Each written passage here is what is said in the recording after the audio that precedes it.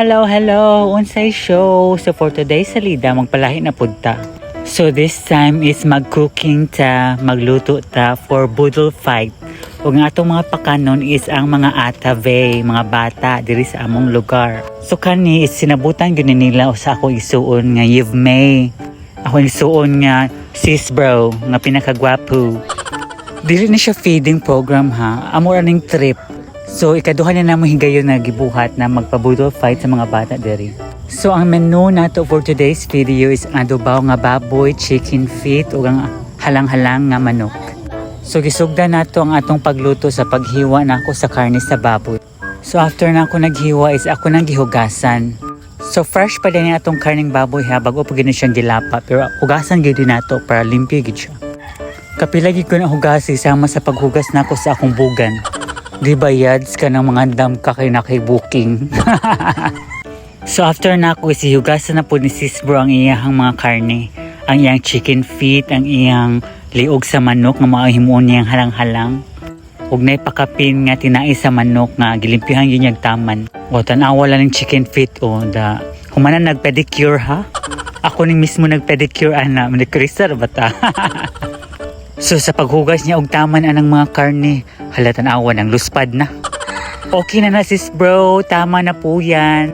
Basig wala na tayong malasahan ana ron. So after na mo sila gihugasan, amo na silang lapuan. Yes po, lapuan nato ang mga karne before nato lutuon. So gitimplahan na ni sis bro iyang tiil og tinai sa manok ug ibutangan niya og crispy fry before niya prituhon. Ayog pala bibila dira bag kay makita ang liki. Anyway, si sis bro di ang atong chef for today's video. Ako assistant na in town ang Disney princess. Alams na. Tigtad-tad tighiwa salamat sa gitaan ni.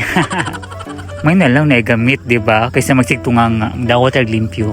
Familiar be? Bitaw oy iyang gitimplahan diri isang adobaw before niya itak-ang. Ang iyara dayang ingredients ana is ang ahos, bombay, limonsito, patis ug paminta. Ingana ra kasayon day. Sama sa kasayon sa katong giilisan kaniya kay numdum ka.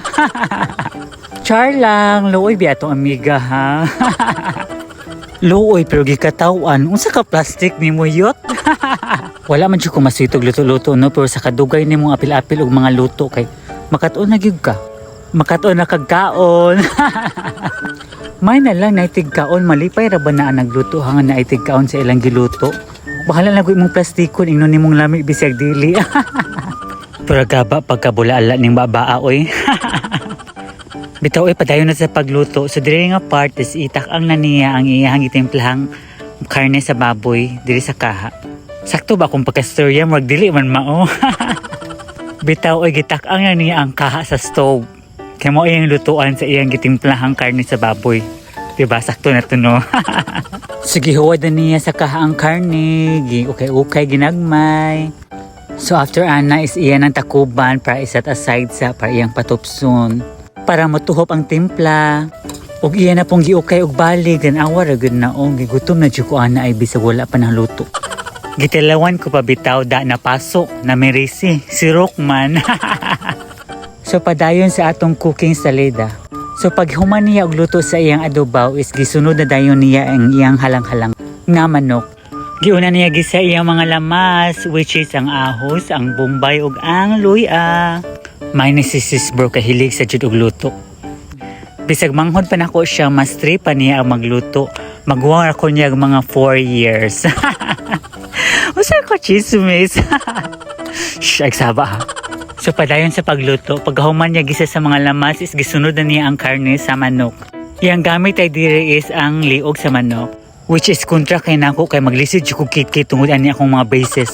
Samo ko sa kinang braces nako ay usahay dang kay masangit, usahay masangit pa ang buhok sa lagay.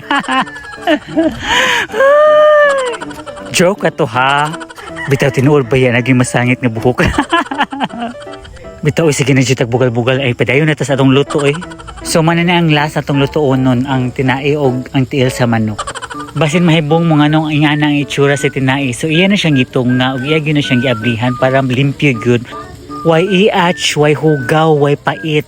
Sa tinuod lang mas lamay ni isumsuman iyang gi-crispy nga tinai ay. Naluoy na ko ni sis bro ba so ako nila nagtiwas og prito sa chicken feet. May nang makapahoy-pahoy na siya sa init. Pero madam, nga naman imong dughan nila, uy, murang man nagkabasa. Nigawas na ba na imong gatas or ang imong nana? Hoy, pero gaba, joke ka to, oy. Ilisa na tong video, be, maglaw ay mantanawon. Modisyon para ba ko sa Viva Max, basig di na hinong ko dawaton.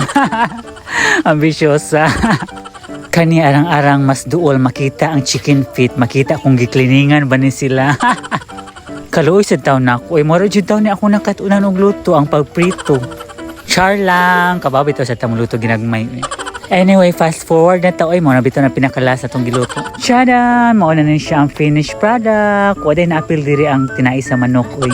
Bagay ra kay ni sila mga pagkauna sa atong budol fight karong gabi una ba. So giplaster na natong atong banana leaf ug ang atong rice ug ato nang gibubuan sa mga pagkaon. Giuna nato ang halang-halang.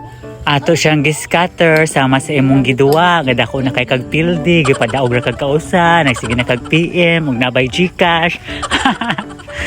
Bahala mo dira oy, basta lang ko ni PM nga na ba ko GCash. Kay dako jud kay kog balibad, bahala mo dira. Kahasol ba daglaban. Og karon gisunod na nato pagkatag ang adobaw.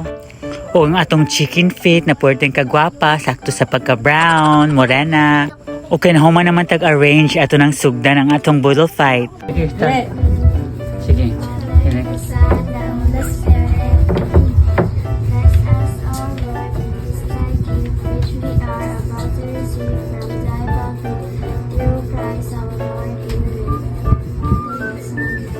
Sininyo ba? Of course, gisugdan ta na sa pag-ampo no para mablisingan ang pagkaon. O gipaunay di ko nagpalit sa prayer ang mga bata. May gani nakauyon na sila sa ilang sudan. Bitaw yung anak mo dyan ng mga bata, mabora mo na sila kalipay. Makalingaw na sa dyan magtanaw nila ay. Mga inosente pa kaayo, eskwela ray problemahon.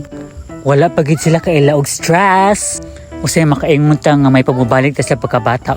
Kay dili pareho aning dako na tadahan tag problemahon, daghang hunaw-naon, daghang bayronon. Nagkautang-utang pata, sige tag kayod, sige tag trabaho, walay sobra ang seldo. Pero sagdi lang naa naman kita sa parts atong kinabuhi nga mugor na kita. There is no escaping it. Anyways, kuta na to ang mga bata. So nindot agad siya nga experience nung nga makabudol fight as mga bata. Kaya naagad ni sila yung memories nga ma-share ba ining dagko.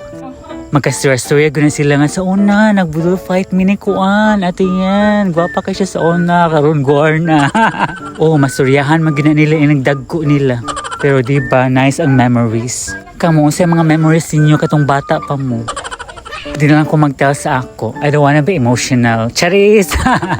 Tinuod ko di ang istoryahon nga ang sarap maging bata. Pero depende ra sa nas kaagi sa dila. Lahi-lahi maging kaagi ang mga tao. Bisag bata pa na madagko matiguang. Pero mas nindot yun nga atong hinumduman ang mga good memories. Nalingaw ra ba mo ani nga vlog? Comment sa dira. Uy, sige lang kagtanaw. Comment, react, and share. Unsa ba di ay? Kalain mamugos lagi. Bitaw, happy ko na share na nako nga vlog. Og diri sa nato tapuson. Thank you guys for watching. See you sa atong next mini vlog.